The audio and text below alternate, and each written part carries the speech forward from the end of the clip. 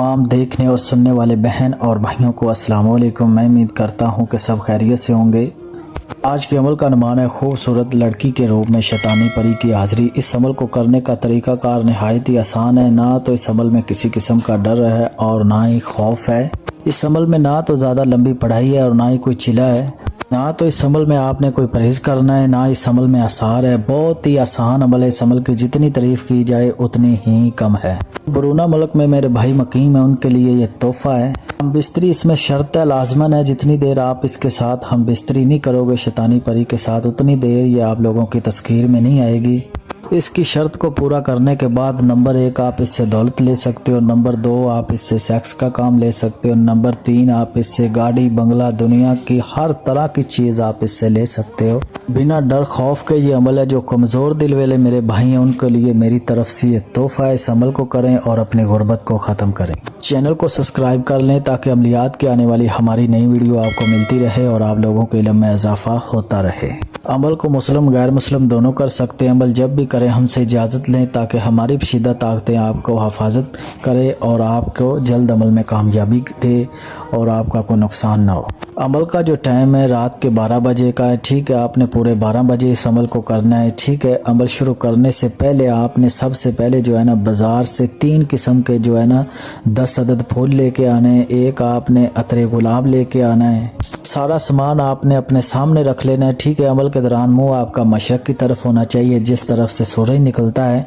और जो मंत्र आपने पढ़ना है वो स्क्रीन पर भी नज़र आ रहा है और मैं भी पढ़ के बता दूं ताकि किसी किस्म की गलती ना हो।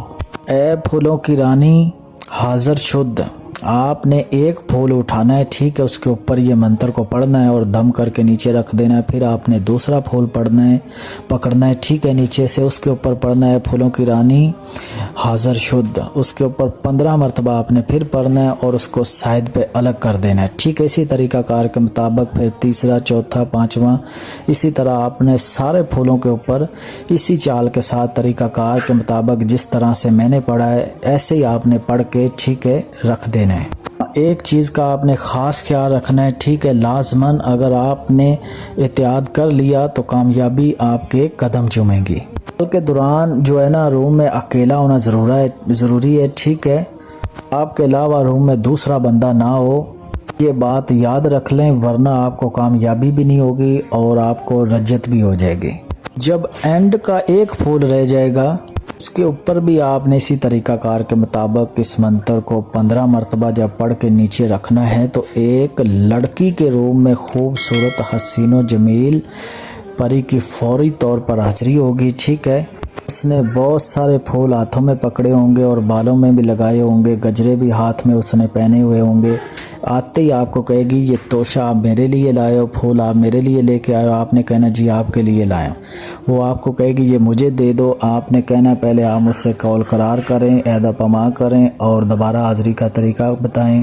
आपने उससे कौल करार करने है। कौल करार करने का तरीक़ाकार ये आपने 3 मरतबा उससे कसम लेनी है उसके बाप अबलीस की कि जब भी बुलाऊंगा तुम आओगी, जिधर भी भेजूंगा तुम जाओगी, जो भी जायज़ या नाजायज़ काम कहूँगा आप मेरा हुक्म मानोगी। ये कसम आपने 3 मरतबा लेनी है उससे और ये फूल आपने इसको दे देने हैं। ठीक है, उस वक़्त ये कहेगी कि मेरी ख्वाहिश को पूरा करें। आपने इसके साथ हम बिस्तरी करनी है जितनी दफ़ा आपका दिल चाहता है, 1 दफ़ा या 2 दफ़ा।